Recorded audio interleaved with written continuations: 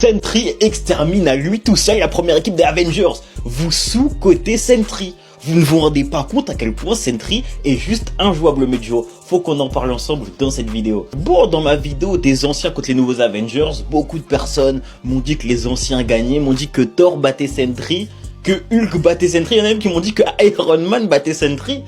En fait, les frères, je crois que vous ne vous rendez pas compte à quel point Sentry est juste imprenable par la première équipe des Avengers. Genre, ils n'ont aucune chance. Et je parle vraiment de la première équipe, hein. On parle pas de Thor avec les pouvoirs d'Odin et tout, hein. On parle pas de Thor Odin Force, on parle pas de World War Hulk. On parle de leur version de Avenger 1.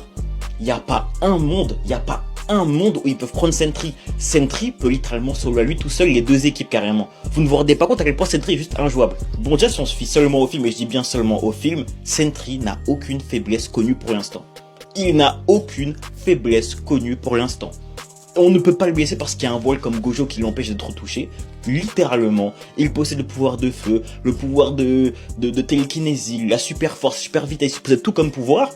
Il est invulnérable. Jusqu'à aujourd'hui, on ne sait même pas comment blesser Sentry. Il n'a jamais été blessé pour le moment. Les frères Hulk et Thor ont beau être surpuissants, aussi bien dans Avenger 1 que dans la suite, ils restent mortels. Ils ne sont pas immortels, ils sont mortels. Là où Sentry, jusqu'à preuve du contraire, est immortel. Je parle seulement de Sentry dans le film. Là, j'aime pas parler du Void. Imaginons que par le plus grand des hasards, par la plus grande des chances, Sentry puisse être blessé par Thor ou bien Hulk, il finirait par devenir le Void et perdre le contrôle, excusez-moi.